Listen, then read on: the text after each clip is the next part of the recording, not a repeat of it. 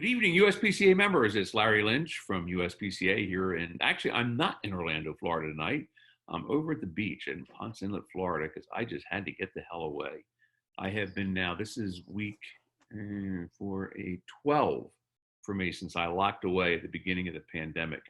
As we close, not only did we close our offices in Orlando, but they kicked me out of the offices in Orlando when I came back from a long trip to New York. So anyway, that aside, I just want to point out that we're thrilled tonight to have our good friend George Tsafonias. Many of you have worked with George. You've seen George at our conferences in the past, and George is actually, we've now gone into double-digit webinars, George. So this tonight is number Right. 10, Nice. and so you've got this historic sitting in Right. hitting number 10 with our members tonight. So we're excited about that. I did want to let our members know a couple of weeks ago, and I'm thrilled that some of you are using this for marketing purposes. After I wrote the restaurant industry's reopening guidance, I turned around and repurposed that for USPCA so that it was specific to personal chefs. And I understand already some of you are using it with your clients and prospective clients. And please do that. I mean, we give you guys these tools to use. And I think it's a good way to reassure, just like I'm hearing from restaurants that are saying to the Restaurant Association, how do we reassure people I can go out and eat? It's the same thing. How can I assure people if I'm coming into your house that it's safe? And that's exactly what our guidance is designed to do. Well, this week I finished writing the update to that guidance, much more voluminous. This weekend I'm going to spend some time working on updating USPCA so it kind of matches that. Some really good new information I think everybody can use. So we'll make sure we get that out there. But that said, I don't want to cut into George's time because he's always got great stuff for us. And the good news is, just like me, George talks fast. So who knows how long we'll get this thing done tonight, because we also recognize it is Friday night. Thank you for being here. My dog is with me, which we've gotten used to when it comes to anything we do with work. Friday night, and it's also Memorial Day weekend. So to all of our veterans out there, thank you. That service is appreciated. And, you know, I certainly remember the veterans in my family's life, particularly my dad. So well, here's to all of you. So my thanks to you. So a special toast. We'll do that. So last couple of housekeeping things. I'll turn it over to George. He's got a presentation to do. I will go on silent if for no other reason, so you can't hear Haley in the background because she gets mad at me after a certain amount of time on the phone and on the computer. But the bottom of your screens, if you scroll down, if you're new at this, you have a Q&A section kind of down lower to the right. You can ask your questions. I'll pump them out to George as we get them. If you don't want to use Q&A, the other option is chat. And we can always use chat to get there. Either way, I'm monitoring that on George's behalf. We do have one of our members who can't be here tonight who already sent a question in, and George, at the appropriate time, I'll shoot that over to you. But at this point, I'm going to go quiet. I'm excited. I'm turning it over to my friend and brilliant marketing person, George Tsafonias. George, all yours. Thank you, Larry. So brilliant. I get the Friday before Memorial Day. So, but I appreciate that. Wow, look at that little picture that comes up there. So welcome, everybody. I really appreciate Larry, the USPCA team, and having me aboard. I'm very excited. I have not been working with chefs in quite a while, and I'm super excited about doing that, hopefully doing that again. And if I can share any wisdom or anything like that in the meantime, I'd love to do that. So I'm going to, let's make sure this, can everyone see, Larry, can you see that little thumbs up? It's working, you're up there. All right, awesome. So what's interesting is Larry called me and was like, you know, hey, you interested in doing a webinar? And I'm like, oh, you know, I've been in the real estate space for a while. So, you know, but marketing is marketing, right? And one of the unique things that I was very excited about was that, you know, there is a pivot going on, right?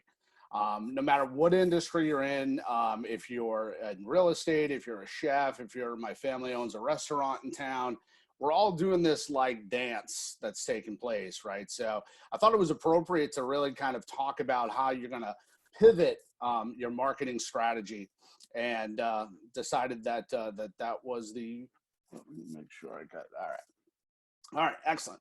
So with that said, Larry was like, all right, so give me a little more details. You know, we do live in a new world now, and there's definitely changes that are taking place there. Hold on a second. Let me move, let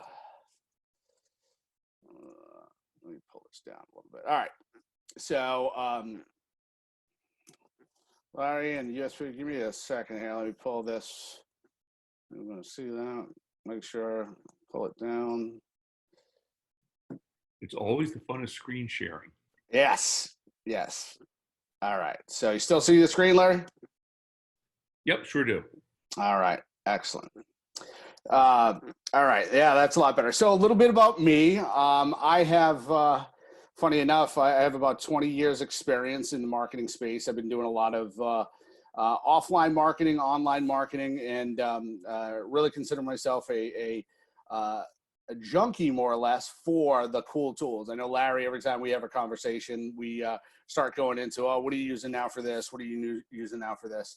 And so it's, I consider myself kind of a forward thinking leader who thrives in kind of, you know, building strong marketing teams, but also looking at as an entrepreneur, being able to look kind of top down and say, all right, what are the things I need? Where can I find I'm sure we all love this, you know, the free tools and also the paid ones. So as Larry has mentioned, we do have a history together. I was at the conference.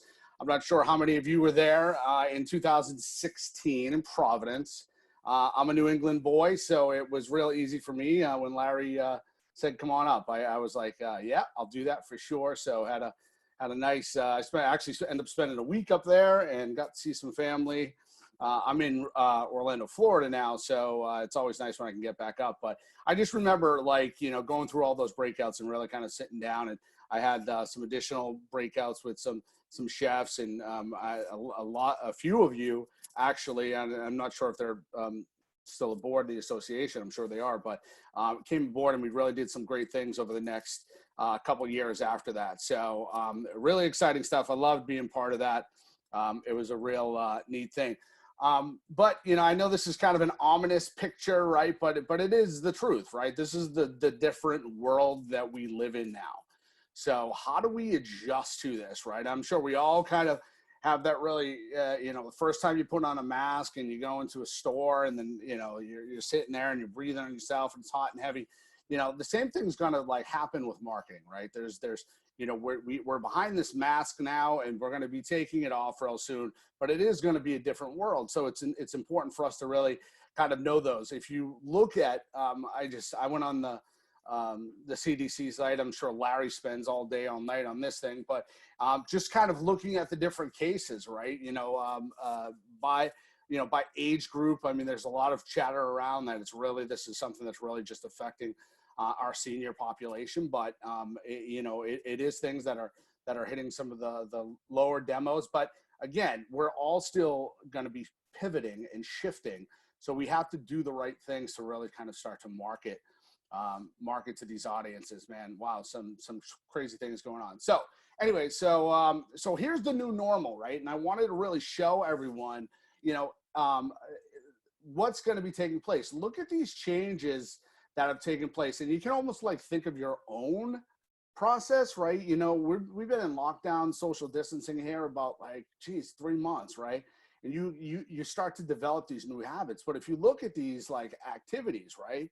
And I highlighted some of them because I wanted you guys to see that while this new normal is here, there's still a lot of things that you can do about it. And you should look at the change in activities that people have made over this 90-day period, or will be about 90 days, and look at it, because those habits are in place, right? You know, it's going to be tough for a lot of people to get out of them, even if we're just completely open, right? So on mobile devices, cooking food, I thought that was one of the most interesting things. Like, people are starting to cook more. So what does that mean? That means that they're off the whole restaurant thing, and now they're wanting to be at home, right? They're starting to like those home cooked meals. They're buying things online, and I'll kind of get to why I highlighted these later. Video chats, we're on them right now, right? Larry and I were talking right before I got on the demo today, and basically we're like, you know, this is the new meeting. This is how we're going to meet now, Larry, right? You know, we normally would go up to, you know, a place up the street, have a little lunch and a glass of wine, and you know, that may happen, it may not happen, but things are really starting to do that. Articles, podcasts, you know, exercising and working out. You know, how does the personal chef kind of play into that? And then how do you pivot your marketing to appeal to those people? Ordering online, you know, think about it. Does your website, you know, do you make it seamless so that your clients can go online and just place orders, right?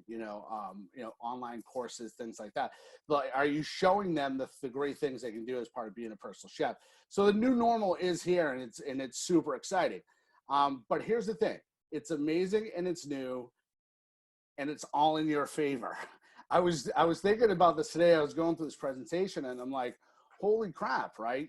All of my money, and I'm comfortable with it now, right? It has been spent on food, right? So we're back in 2016, 15. I even think I was there in 14.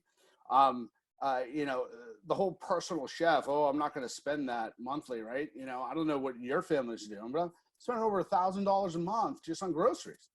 I mean, Publix loves me. It's amazing, right? Because we're spending so much. So it's amazing for you guys because these changes allow you to really kind of hone in on it, right? I got to the point where I don't want to go to Publix anymore. I'm sick of it. So if someone could go for me, right? And there are some delivery situation that are taking place. But I mean, if someone could go prepare these things, I mean, it would just be fantastic. But if you kind of look at things and you look at even these ticketed events, right? Those are really, really dropping. So Hey, George, just point out that the only thing we're seeing on the screen right now is a campsite. Is that correct? No, that's why I wanted to make sure. All right. All right. So let me do this, Larry. Larry, I'm like 5 slides into this. Uh-oh. All right. So stop sharing. All right.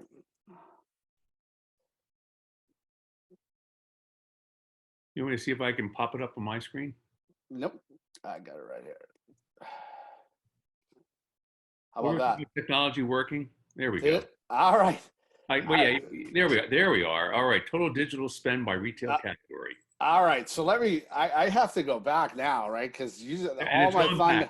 That's good. Right. So just went back to the new normal. Now it's back to, there we go, new normal. Yeah, the new normal. So I went through all this. So this was some of the numbers. So basically, in a nutshell, really what it means is this is amazing and fantastic, if you're a personal chef, because all of this, we've created these new habits, right? And they're all revolve around food, right? So what better way to kind of reach out and go, hey, well, here's something this, you're spending this anyways. I could save you money now from what you're spending, right? I don't think, and it's unfortunate, like I said, my family has a business. The restaurant is not going to be the same as it ever was. It's just not going to happen. I mean, my dad's close to retirement anyways. So, and he's like, oh, I'm ready to get out. I'm ready to get out. So if anyone's looking for a Greek restaurant in Orlando, it may be for sale soon. But with that said, these things are changing. So it's important to know that. So I like to talk about before Corona, right? If you think, and these, and geez, we're like, oh, before Corona, what was that? That was January, February.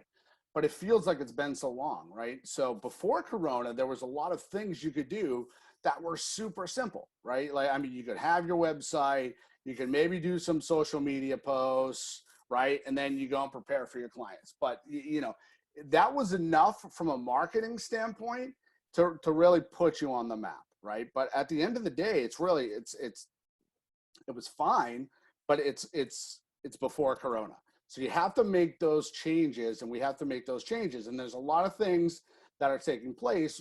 There's a lot of things that are staying the same, but a lot of things are definitely getting different. And let's not forget, right, what's real important, Larry, is a little plug, right? Because, I see the value of USPCA, right? I'm part of a couple other associations, and there's nothing going on with them, right? So the fact that there's webinars, the fact that there's information being sent to you guys, right, is just a fantastic thing, and that USPCA supports, and I'm super proud to be associated with that in some way. So the new normal, right? So what's going to take place in this new normal world, right? Hopefully everyone has, a website, right? Hopefully you've done that, or at least you're active with the site, or you're active on social.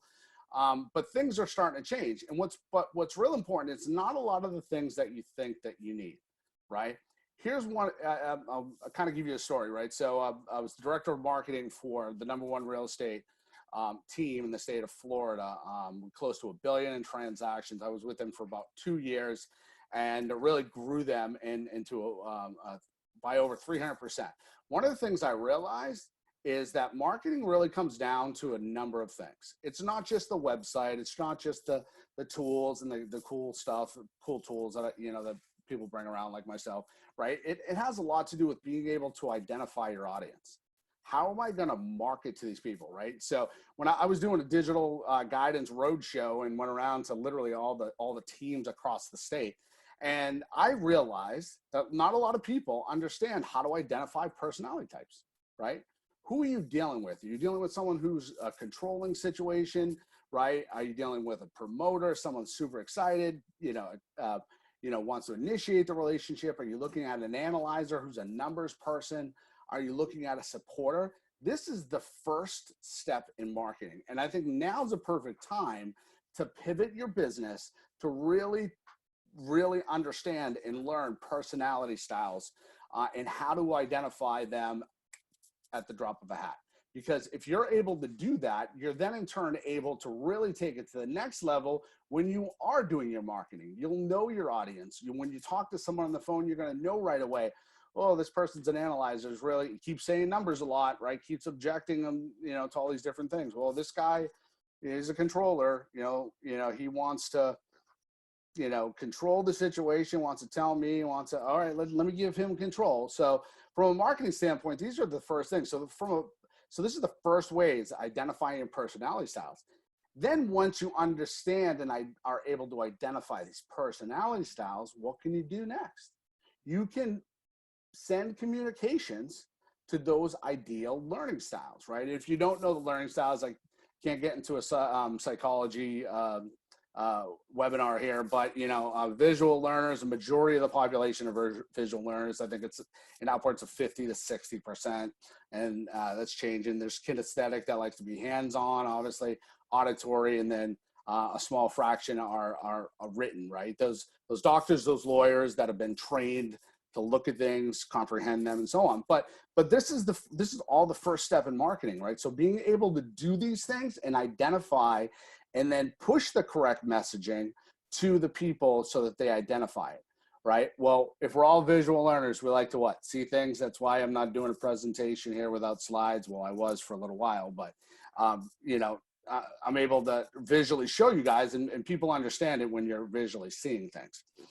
All right, so that was the first, right? So if we understand and identify the type of person we're dealing with, and then the communications they want, then marketing is real easy.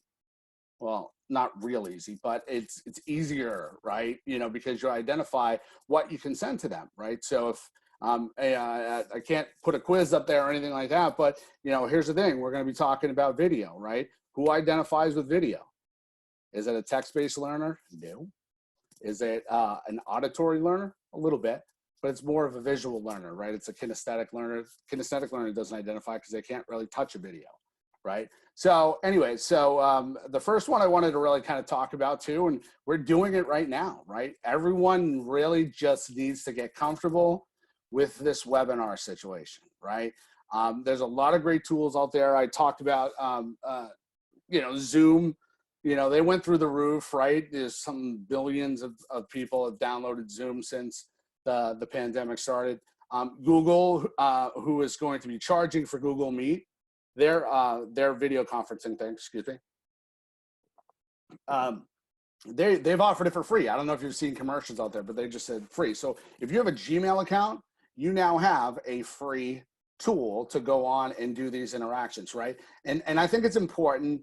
All your clients, all your prospects, a phone call just isn't going to do it anymore. You need to push to get that face-to-face, because they may be not wanting to meet, right? So this is the new way of meeting. So making sure that you over communicate in a couple different ways. So I went into a few of my tools, right? And I go, well, what am I doing right now to communicate better, right? And this is really simple, cost-effective stuff that can literally change the game. And if you make it a habit, right, you will take it to the next level, right? So before the pandemic, right, it was great. We had meetings, conferences, all these other things, and now that's changed, right?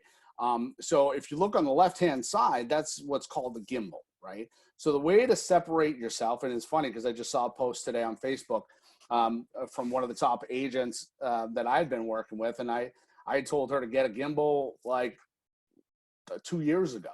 She's like, I finally got it. I'm like, yeah, your videos are much smoother. So no matter what you're doing, right, you should really get accustomed to start videoing yourself. So if you're cooking in the kitchen, if you're, I know it's crazy, if you're walking through the grocery store and you're poking on like the types of meats and things like that, like those are the things people want to see. We're voyeurs, right? We want to see all this stuff. So the gimbal on the left-hand side is a great investment. I think it's like $80 or something like that.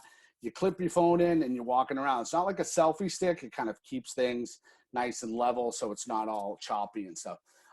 One of the really great tools, I had this for over a year and I just had a little time and I started to, I'm like, I'm going to start doing some videos. InVideo is one of the greatest tools. You can literally, they have existing videos and you go in there and you just change up wording. And next thing you know, it's like these really super dynamic videos. I'll send one in the follow-up email that has a link to one that I could do for the USPCA. It literally takes like 5 minutes, 10 minutes. What's also great about it is you can import like articles and blog posts and things like that, and then start moving some stuff around if you don't, if you wanted to do that. The one on the right-hand side, I did this today, and I'll send that link too as well.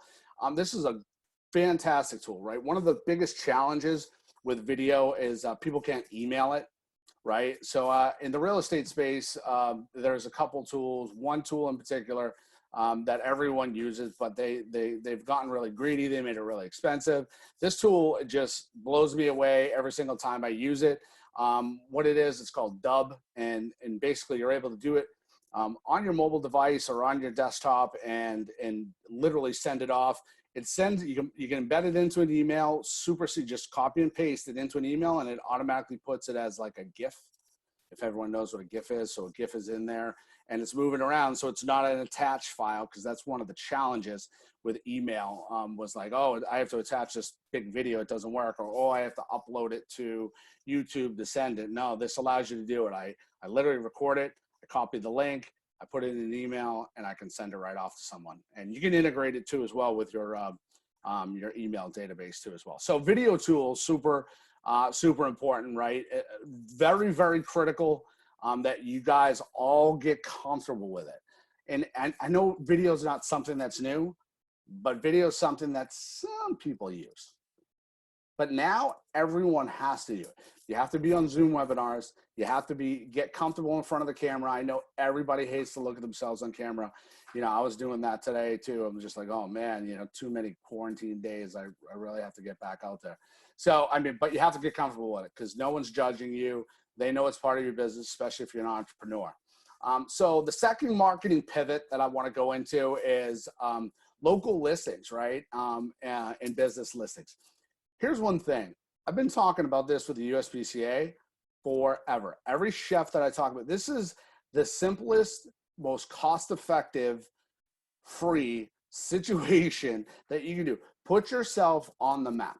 Nobody does that. Well, it's changed a bit, right? So Google My Business, there was Google Places, there was Google Maps, there was a couple others, right, too, as well. Google has settled on Google My Business.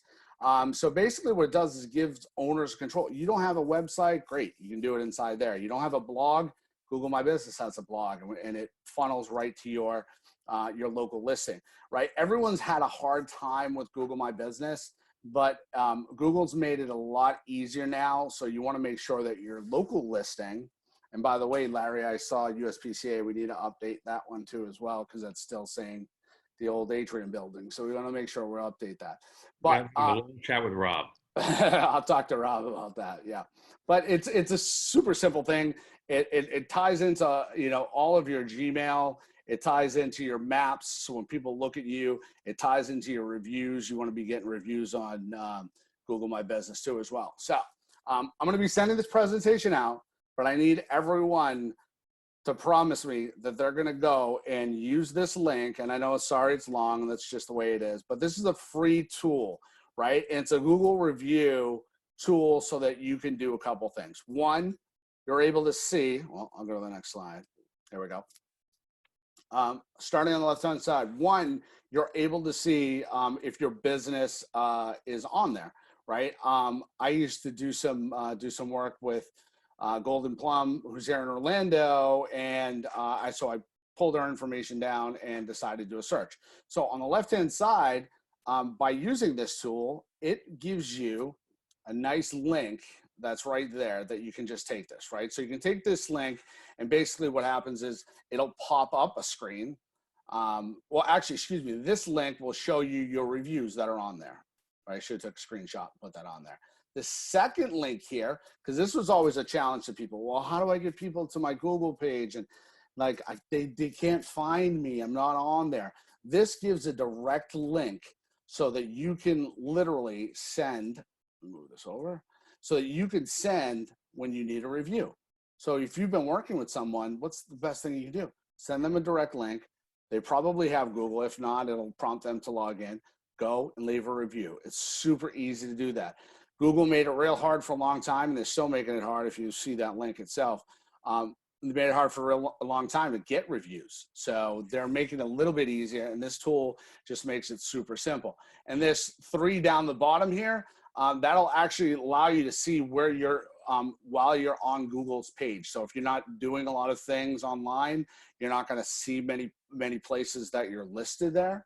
And then number 4, if you want to see yourself on the map, you're able to click on View on Map and then go into that. So it's a critical situation that everyone really make sure they look into and go to this page. And I'm going to send it to everybody. There's going to be a link, but you need to really bookmark this. And if you want to use it for reviews, use it for reviews. If you go and do a search and you don't find yourself on there, guess what? You need to go and claim it, because your local listing is out there for anybody else to claim. Funny story, when I went into, when I was working with a client right before, it was a real estate client, they had someone in their office claim their Google listing and was taking phone calls for their business every time someone called their local office. So it's yours, it's your business, put yourself on the map and go in and do that. So I'm sure there'll be questions later on. And Larry, if you got comments or questions or whatever, you know, we can kind of deal with those at the end. Let's keep on cranking, because this is great stuff. Okay, good. I don't know how I am for time, but certainly we'll keep it moving, because I'm sure there'll be a bunch of questions. Anyways, just keep yakking and we'll keep going. All right. So this is one of the ones I'm really excited about this. Larry, since you're such a celebrity now with all the media stuff that you've been doing, this is a piece of homework for you. Actually, you need to go on and make sure you're doing all this. So LinkedIn has been the place to really kind of go on and find your ideal customer and client. One of the things that everyone should do now, especially in this new environment that we live in, is you have to go and get your targeted personas first. Gone are the days when you can just like throw up stuff and put it on social, put it on post on Facebook. Next thing you know, they're all trying to monetize it. But if you identify and you target who you're going after, it makes it a lot easier to reach those people. So if you need to go and walk through and identify who your personas are, right? There's a great tool that's out there. It's put out by HubSpot that really allows you to go and target your personas. So feel free to go on there. But once you have that target, it makes it a lot easier to hit. And then you can specifically market to those people, knowing exactly where they are. And there's a lot of data out there that says, you know, different demographics, different age groups, and where they're at. But I'm super excited about this. So the third pivot is target social media tools. It's LinkedIn events. Timeout, right? Like, this is fantastic. You know, the audience that's out there, if you're doing an event, no matter what it is, you need to create an event on LinkedIn, right? Before, we've been able to do Facebook, but Facebook just gets lost in a lot of chatter. The thing that's awesome about LinkedIn is your target audience, right? You can go and put information on there. You can write articles on LinkedIn. I don't know if you guys do that a lot, but it's another free blogging tool. But you can send invitations. You can do public or private events. So if you wanted to have people to a private event, you could send them an invite and they'd be invited only. And that ties in real nice, right? And there's a link down below to look at going on and scheduling events, but it ties in real nice to LinkedIn Live, right? So we've had YouTube Live, we've had Facebook Live, Twitter has a piece to it, Instagram has it. This is LinkedIn's foray into it, and they're making it selective, right? So Larry, this is one of the things I was talking to you, I was saying about you is like, you have to apply to be a LinkedIn Live broadcaster, right? They don't want just anyone pushing out stuff. That was one of the challenges that Facebook had at the beginning, is how do we decide if this is someone just sitting there with Facebook Live on and just talking away, or if this is quality stuff. So they're making it a little bit harder, but that's okay, right? Because that's perfect, because that's what you want, because all the riffraff that's just going to go on there and, you know, pet their cat or do whatever, right? Like those people are going to stay away. This is where you go on, right? And if I was a personal chef, I would literally, I would film myself LinkedIn Live cooking at a client's house, right? You can do it live, right? You can put it on there. And I don't know if a lot of you do that on Facebook or if YouTube or whatever, but think about this, right? Like when we see people cooking and, you know, we can't smell obviously, but when we see people cooking, we start to get excited. Wow, look how great this is, right? Look how fantastic this is. So LinkedIn Live is a super exciting thing to do live broadcasts to. And really, if you get an opportunity, you should really go on and apply. Even if you're not going to use it, but just apply to become a live broadcaster on there. I think it's a great way in a visual medium like being a personal chef to really go on there and kind of almost start your own reality show, right? You know, I know everyone's like, oh, no one wants to see me cook. That's wrong, right? People are like, YouTube's one of the most traffic sites in the world, right? If you can't do something, you go on YouTube, right? What better way if I'm sitting there and all of a sudden I start, you know, it's getting close to dinner time and all of a sudden a live broadcast comes up and goes, wow, you know what? I need a personal chef, right? Well, look, I didn't know they did that. Oh, they packaged the meals and put them away for you neatly inside the refrigerator. When I first saw that, and I think Larry, you told me that, right? When I first saw that, I'm like, oh my God, this is fantastic, right? They actually prepare the meals and put them in there in the right portions. That's great, right? It's great for my waistline as well. So so definitely something to kind of take a look at. So like Larry said at the beginning, I'm a fast talker, right? I go through things really quickly, but I wanted to make sure that we had enough time to go through any of these in a way. And I was thinking, do I do 5? Do I do 3? This is the 3 pivots that I would start off with, because we're living in a society now that video is critical, right? It is one of the most important things for every single person when they're leaving here to just go, even if you can go on the App Store, right? Any App Store, on Google Play, or you can go on Apple iTunes. They have apps for this, right? You can literally go on and do that. I actually have another tool that if you're not comfortable getting on camera, you know, I was that way too, right? I stutter a lot, right? I don't know what to say. I get ahead of myself. There's another tool, which I'll put it in an email too, that goes back out to you guys, that actually has a teleprompter, right? So you can actually read through what you want to say, and you can't see it, but it's right there in front of your face. So makes it real simple, real easy, real neat to do that. And as we go through this change and people start to like open the doors and kind of go out there, right? This is something that would set you apart, right? Making sure that your local listings in place and super tight, making sure that you can identify the type of person you're talking to. The worst thing you want to do is send an accountant a video, right? So identifying that and knowing more about it is the best thing. So, see, and I have some more cool. So as a bonus, I'll send these over, some more cool tools for you guys to kind of check out. Any questions, Larry? We got a couple, and then I want to throw in a little, before we get to the questions, a little kind of conversation here too, because obviously this is an area where I have passion. Despite George's entreaties, somebody said it the other day with all the stuff I'm doing on television. They said, well, what a great resume builder. And I said, have you seen how old I am? What the hell am I supposed to do with a resume? Uh, But that said, it's about building all the brands. So I think one of the things you're emphasizing here that we're not getting across enough is the fact that so much of this is free, right? yeah. We don't have to pay for it, and there's just so many great opportunities out there to leverage technology at this point. And it has become so sophisticated. You look at the quality; you get 4K quality now out of an iPhone. Yeah. Um, and easy to save, easy to edit, easy to do things with. That even if you're as busy as can be, and we weren't in a COVID-19 period, if you're not using those mediums, then you're missing opportunities. So I know I've got at least a couple of Facebook questions here I'm going to throw at you, because I have one too. All Let right. me start with this is from Chef Kathy. Now, she's not with us tonight, but she's going to watch you on YouTube later. So, All right. and I do want to remind everybody too, all these great links that George put out there, I'm going to send him email addresses so he can follow up with you. But also at the same time, this will be on YouTube, so great place to go back and find it. Because if we had homework tied to tonight, you guys would be busy for the next couple of weeks. Yeah. But here's what Chef Kathy says.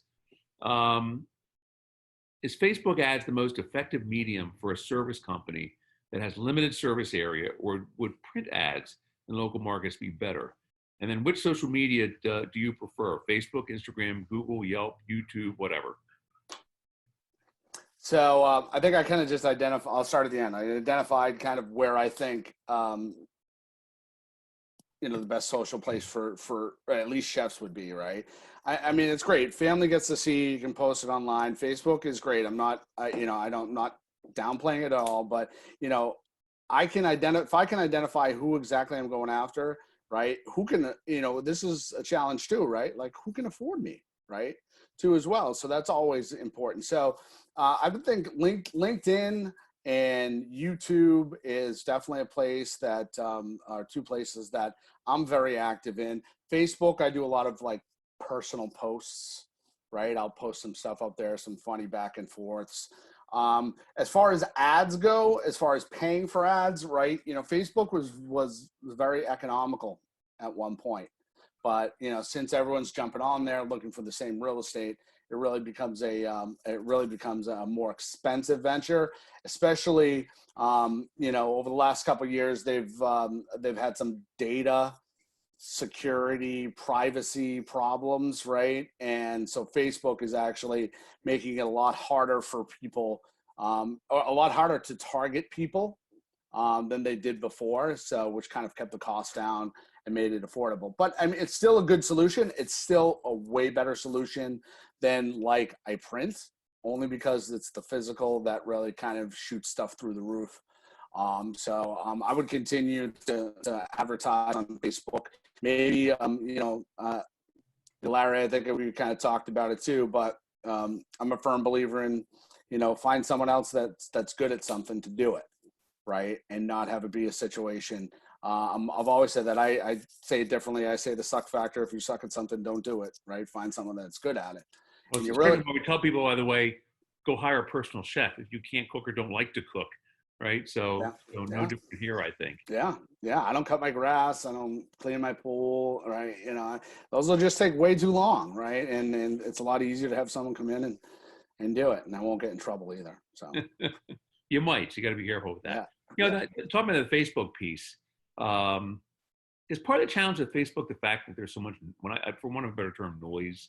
Yeah. And I'll use me as an example. I mean, I'd like to think that even though I'm in a generation that is known for being not so technically savvy, I'm usually pretty good when it comes to tech, and I'm just really kind of tired of Facebook and the noise. And so, are people doing studies? I mean, I'm thinking about our members for a moment, and they're trying to, do I go to Facebook? Do I do LinkedIn? Do I, is there anything that's out there that's saying, kind of here's the demo that is currently primarily driving Facebook forward, so that we could sit back and say, that's who I'm trying to reach. That's not who I'm trying to reach. Well, that gets back to like identifying the persona that you want to go after, right? Like we understand everyone eats, right? But you can't go after that, right? You got to go after someone, if you're a busy professional with two kids, and your wife's very active in this and very active, or you're dual working family, or whatever the case, and you need to identify that and then make your pitch towards that, right? But something like Facebook, I mean, yeah, it's just, there's just so much noise on there. I've found it, nothing really stands out all that much anymore, right? It was like, oh, if you move your ad, right, people will open it 16% more. There's a ton of data out there. I like Statista, is a great site to do that. I think we used that a while back too, Larry, and they just have a lot of good up-to-date studies on who your audience is. And it's about, you have to continue to post on them, right? Yeah. But you shouldn't put in that much time. And if you are gonna spend budget and spend money, do it with someone that really knows how to do the ads, because it's a big difference. If you don't know what custom audiences are, guess what? Yeah, don't boost a post, right? That's Facebook's easy way of getting in your wallet. YouTube has got some great stuff that they're doing. LinkedIn, actually, while more pricier advertising, still there's a lot of really good free ways, and now they're bringing in these other video pieces to it. Man, I mean, there's gonna be a nice pop in LinkedIn, so why not get in a little bit early on that? Yeah, I have discovered since I hit the media tour that I got to hide from LinkedIn, because, man, am I getting the pitches every day. Oh, yeah. Okay. Yeah. I can't wait to connect with you. And okay. Yeah. What do you think? You have to be cautious with that, though, right? I think you have to be smart about how you make the connection, what you're trying to do, and how you set that up. I mean, typically, if I know people are connecting with me because they've seen me on television somewhere, and I recognize that they're selling personal financial services, and go, yeah. So yeah, I think you have to be smart. I mean, I think it's how you make the pitch. It's because there are others I've connected with that I might kind of scratch my head if it was just that superficial look at things. And I'm thinking, it's kind of interesting. Maybe I'll do a follow up. And I always look at like who they know and what they know, and I'll add them to it, because here's the thing with LinkedIn is, especially if I was an entrepreneur chef, right? Like if someone was reaching out to me, because you can download off of LinkedIn all your contacts and friends or connections on there, and really upload that to anything else that you're using, right? As a database, and reaching out to people, and But I will say that the pushing that out there does have a value. I know, and I don't remember, every now and then I will throw a post out there. I should probably do it more frequently. It's finding the time to write that where I struggle sometimes, but where you can do the video as a medium is even better. But you can kind of watch the number of, watch the hits that go on you that tend to go up. And I do get the connections. I take the current TV stuff out of the mix for a minute. I think I had one where there were like 7,000 likes to the thing. It's crazy. Number of connections that came out. And those, when people connect on those, I feel more comfortable, because typically I'm aligned on a message, right? And that's a little bit simpler to connect with. So yeah, you're getting that much traffic, you can like literally monetize that, at some point. So yeah, good stuff. Someday. Yeah. I got enough to do right now. Chef Laura has a great question. I never thought about this one, but you may have it, or I may have to go get some more answers from it. But it says, are there any legalities to consider if you are filming in a client's home? That you're gonna have to get that one, Larry. But it's always one of those, when you're doing a video shoot, right? As long as you have them as part of your initial contract with them, or if you have a contract with them, and hey, listen, I'm gonna be shooting some personal video. I'll make sure that no kids or other people are in this. I'm just showing what I'm doing. I wouldn't say there would be a problem with it, right? I do think if there's a commercial component to it, if you're going to monetize it, you probably should get some kind of waiver if someone's going to be in it. I don't know about the home itself, so Laura, I'm going to do some digging on that for you, and maybe at the very least, as an association, I'll work on coming up with some kind of shareable document that you can take and modify. Because I'm almost thinking there's two parts to it, George. There's one that is if someone's in the video, the other one then is if the house is in the video, because then do you inadvertently, capture something in the video that is personal, you don't recognize the time. You see a lot of these things where they blur things out, and that's great if you're a professional, but there's things that if you're an amateur, you're just going to miss. I know I would, certainly. So clearly some kind of disclaimer would have value. So, well, that's a great question. Yeah. And I'm going to work on that, and we'll come up with something that we can have as a document that people can take and modify as they need to. I think those are two parts to that one. Yeah. Now, hang on, got a couple more new ones that just came in. Laura said, great, thank you. So that's a big help. So she moved over to Q&A. So we've got that. So let's get a couple more minutes for some questions to come on in. We'll see if we get any more after this. I do want to go back a moment ago, though, and talking about some of the kinds of filming that people can do, and just reminding our members how important it is to recognize, to your point a moment ago, it is such a visual medium, and the connectivity. Food's personal, and as I'm talking to these media people, one of the things they're all asking, in going out to eat, are people going to feel different today? And of course. I mean, I went into a restaurant for my first time in 12 weeks this past Saturday. And, they weren't just separated by 6 feet. Now, Florida at the time was still at 25%. I think the tables were separated by about 26 feet. And there were only 5 tables in the entire restaurant. But people were all there. They did a nice job in terms of the distancing for those of us who were popping in for takeout. But clearly that experience is going to be different. And to me, I think one of the cool things to emphasize as a personal chef is that experience component, is that if you're cooking for people in their homes, that experience can still be the same. If I'm sitting there with my family around the dining room table and you happen to be the chef, I'm still getting a great meal. I'm getting a healthy meal, but my experience at home is still going to be the same. I think there's that piece to it. And I think the other piece you talked about a little while ago too, was this whole thing, the element of nesting and the fact that people are on Zoom all the time. I live on Zoom from 7 a.m. until 8 o'clock at night. I hate it, but it is something. I will tell you this though, it's probably the best part of my retirement portfolio at the moment. But that aside, it all speaks to the fact that as an industry, our personal chefs have great opportunity right now to recognize that people are rethinking their existence. I will tell you, companies all over the place, including ones that I'm tied to, are rethinking, do we need all the real estate we have at the moment? I know people who wouldn't allow staff to work from home are now saying, we're never going to go back to the office. Now that's probably the other alternative, the other extreme, but nonetheless, there's going to be some middle ground here. And companies are going to think their real estate portfolios, their commercial real estate portfolios would go, this whole thing seems to work.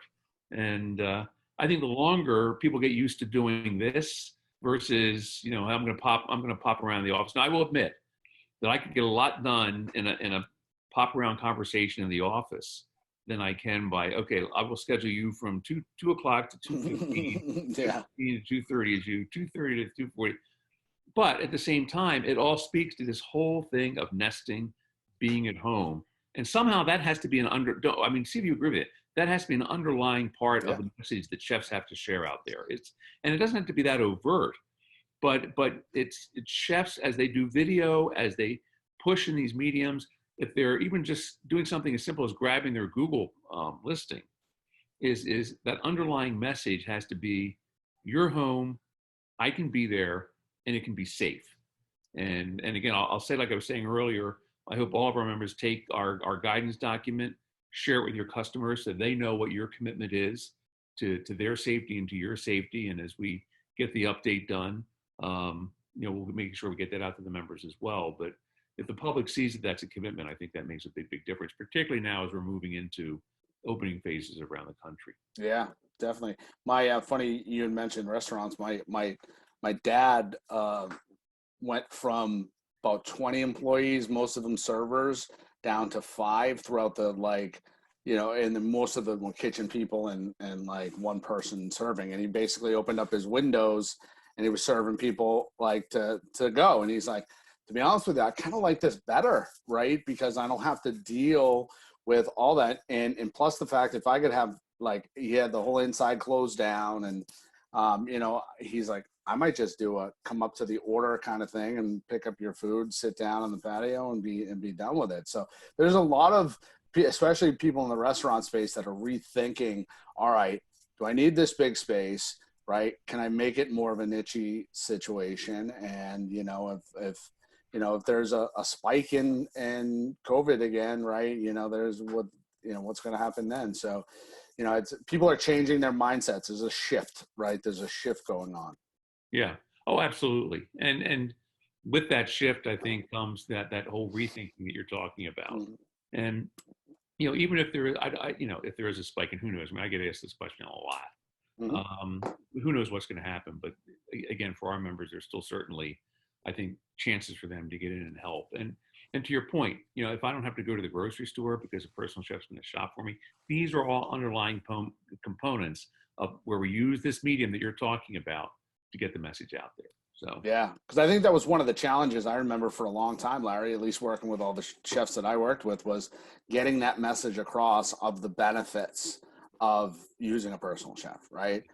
You don't have to go shop at the supermarket. I'll do that for you, right? You'll cook the food and it'll be placed, labeled, right? Those are things when, like, when I heard them for the first time, I was like, wow.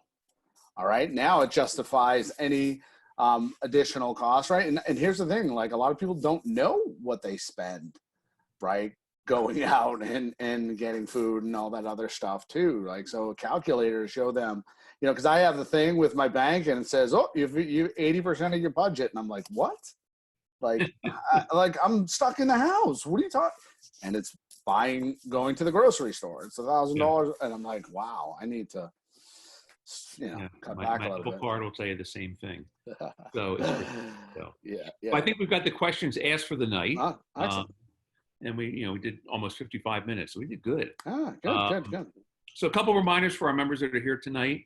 We'll be repurposing this on YouTube here very shortly, so the next day or so.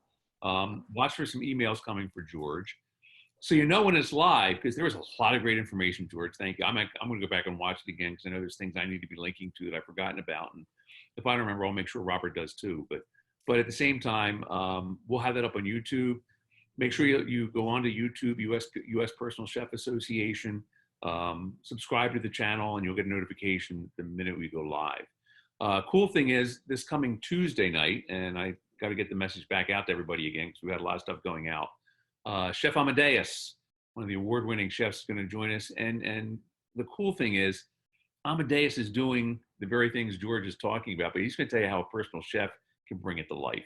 And so Tuesday night should be a lot of fun.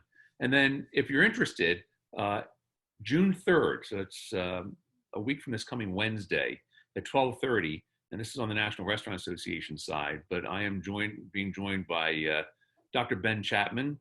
Ben's one of the country's top food safety people out of North Carolina State University, a good friend of mine. We're going to be talking about kind of what's happening and what's new in the world with the coronavirus. So we're anxious to make sure that we get that out to everybody. And one of the great things is, thanks to our relationship, USPCA members get the invite as well. So it's going to be a midday. I think it's 12:30 in the afternoon, but I'll get the invite as soon as our marketing team. I just show up and talk, and Ben does the same thing. But it's going to be a great conversation. He and I were having some discussions this week about that. Again, if you read the media on all this stuff happening, you'll see Ben out there quoted quite frequently. A great guy and a good friend, and again, one of the country's top food safety experts and epidemiologists. So there's a lot he can share with us. So George, as always, Chef Laura always says, thanks, George. So helpful. Oh, thank you. And Appreciate it. Laura, good night to you as well. And I was going to say to everybody, again, a wonderful Memorial Day weekend. Thanks to all of our veterans. This is not the big celebratory weekend. I remember when I was a little kid, I could not understand why when they had the parade, we didn't hear fire sirens, but then I really understood the importance of what Memorial Day is all about, and to remember and thank those who have gone before us so that George and I can sit here and yak the way we do and not have to worry about any kind of impediments in doing so. So everyone, enjoy your weekend. Watch for the updates. I have no notes from Robert, which means I think I covered everything he asked me to cover, which is always a good thing. And then George, I'll get the list out to you and you can get some stuff out to people and they've got some stuff to crank on. So I think we're good. Appreciate it, Larry. Thank you to all the members and look forward to maybe doing it again sometime. You got it, guys. Everybody have a great weekend. George, thanks again. No worries. Night all.